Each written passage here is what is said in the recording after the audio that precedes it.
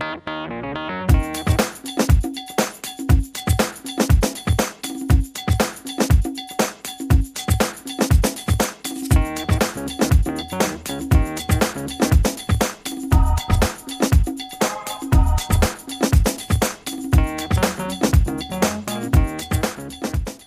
I'm Linda Reid, Superintendent of South Euclid-Lyndhurst School District, and welcome to another edition of AV TV Productions. I'm joined here today by a very special guest, Mr. Harrington, Brush High School Principal. Welcome. Thank you for having me. You know, it's been good to be here. I've been here 8 months in the district and had many of opportunities to be in your building, but I know a lot of people haven't had that opportunity. So I'd like to take today to talk a little bit about Brush High School, but first and foremost, I'd like to talk about its leader. Can you tell the viewers a little bit about yourself? Oh, yeah, sure. Originally, I'm from Alliance, Ohio. I attended the University of Toledo, where I majored in secondary education with an emphasis on English.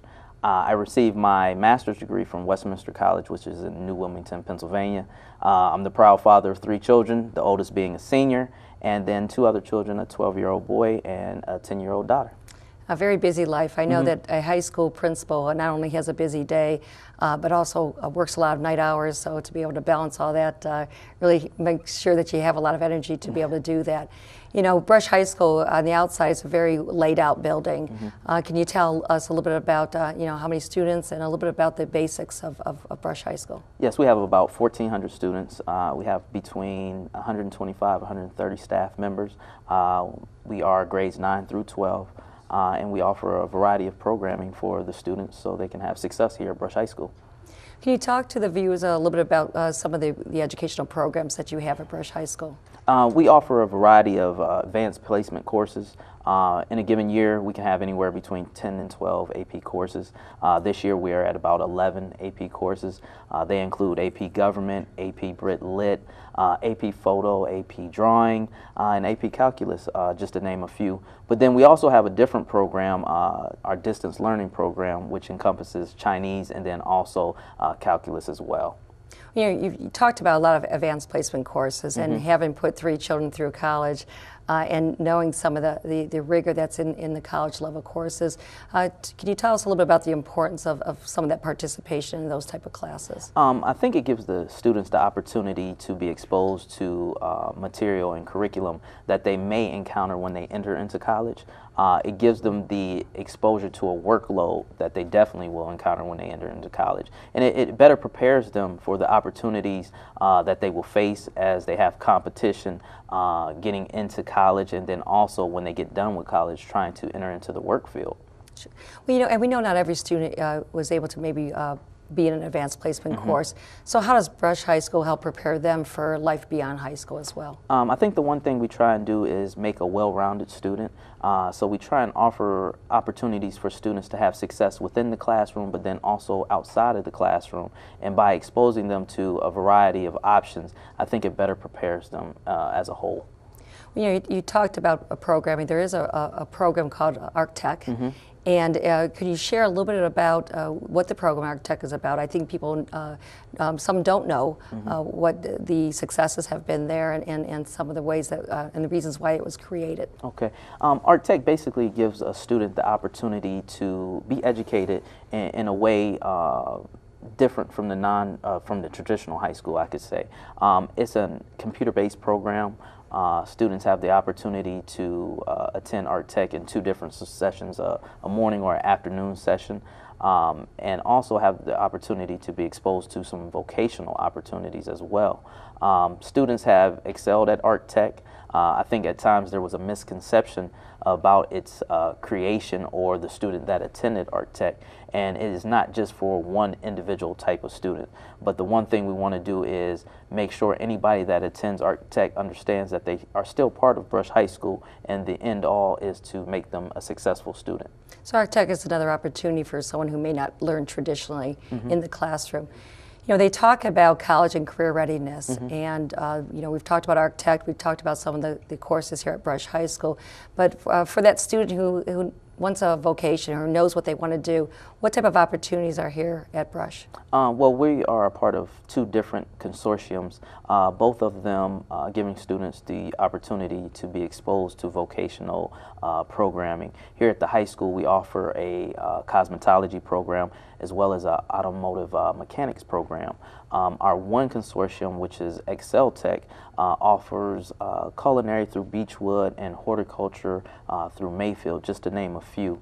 But it gives students the opportunity, if they already know what they want to go into, to get started and be prepared when they complete. And these could be students too. They might attend for 2 years. I would assume these are juniors and seniors. Yes. And some of these students, if not most of them, will go on to college, and some will also already have certification in certain areas. Correct. So it's just not whether they're going to go to college or they're on a vocational track. It's actually blended. Yes. Okay. Well, the idea is looks like there's something for everybody, and you talk about the well-rounded child and things like that.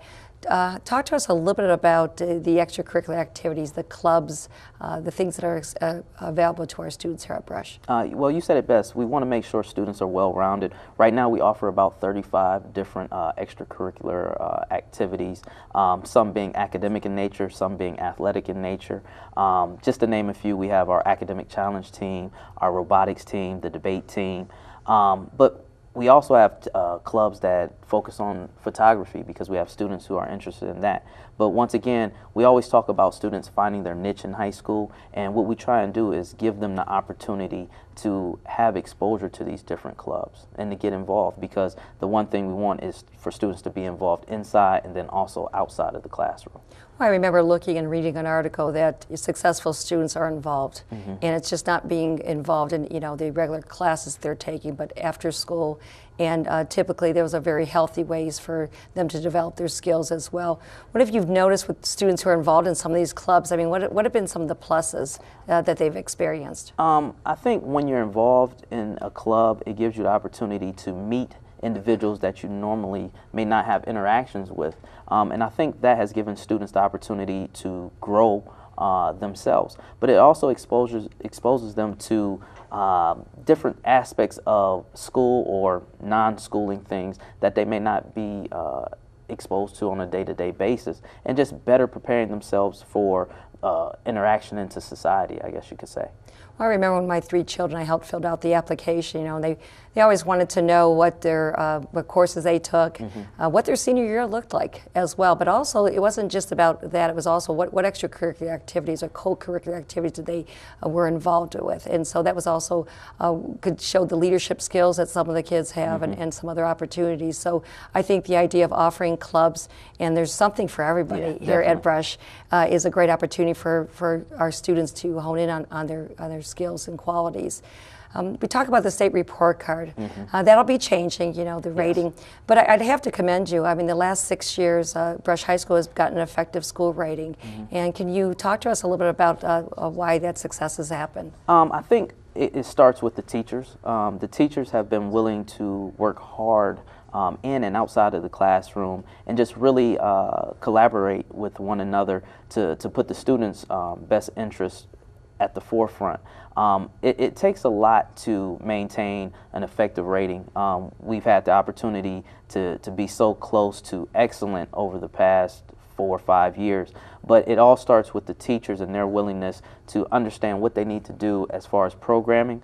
I think one thing we try and make sure is we identify the strengths of the students, but then also identify any weak areas a student may have, and then make the necessary adjustments to provide them with opportunities to receive tutoring, not just specifically for the Ohio graduation test, but just for content that they may receive within the classroom as well. Well, you talk about the report card rating is just one way to measure, and again, I applaud Brush High School and your leadership with 6 consecutive years as an effective rating. But I also applaud the fact that it's just not about passing the test. I mean, there are so many advanced placement courses and honors courses, and those are the type of things that we're trying to stretch our children to get beyond just the OGT and be prepared for a more rigorous curriculum as they prepare for college and that. So, but a lot of changes are coming. They've talked about a lot of changes in education reform. How have the teachers been preparing for those changes and the implementation of the new learning standards that are coming our way? As it's a stressful time, I think they have been very open to it. I think they understand that with change there's going to be, I guess, some angst, you can say. But I think, once again, they've been willing to work with one another and share ideas, but then also share information that they receive, because the thing that's most important is to make sure we're doing best with, for students. So once again, just making sure that they're collaborating with one another and being exposed to the new things that are coming down from the state. One of the things they talk about is focusing on 21st century learning and making sure our students are creative thinkers. They can collaborate. They're problem solvers. And so, you know, what you'll see in the classroom is really looking to engage our students to be active learners rather than passive learners, to be able to prepare them. And I've seen some on professional development days, the opportunities under your leadership as well here to prepare them for that change that's about to come in the state of Ohio.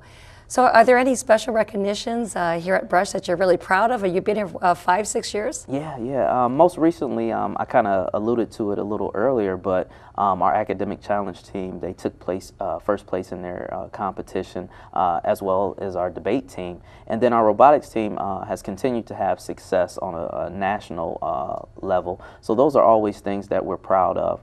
Our athletic teams, they continue to do well. So, I mean, there are a wide variety of things that kids are involved in, and they are having success. And all of those things are making me proud as the principal here at Brush High School.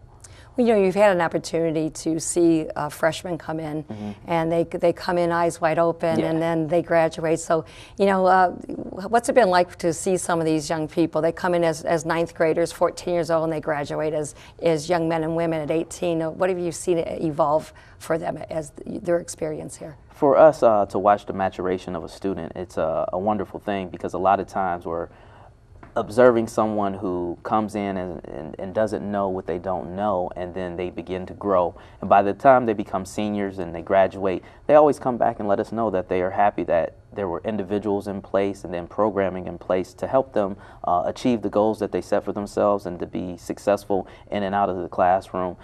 So it's always good to see that, because I think that's what we're here for, to motivate and guide and lead kids in a way in which they're going to have success for the things that they want to try as they get done with school. Well, I want to thank you. You've given a nice snapshot of Brush High School. Is there anything that you want to leave us with, or you think we've touched upon everything? You know, I really would like to thank the community for their willingness to pass the levy and their support of Brush High School, but also just all the schools in the district as a whole. It's something that we understand we can't do without the community, and I would just invite any parent or community member to come out to any event that we have. The students would love to see them. Well, again, I want to thank you for being here as my guest. And a day in the life of a principal is very busy, and you have the energy and the passion, obviously, to help young people. What I'd like to do is thank the community for watching. Until next time, I'm Linda Reid, Superintendent of South Euclid-Lyndhurst School District.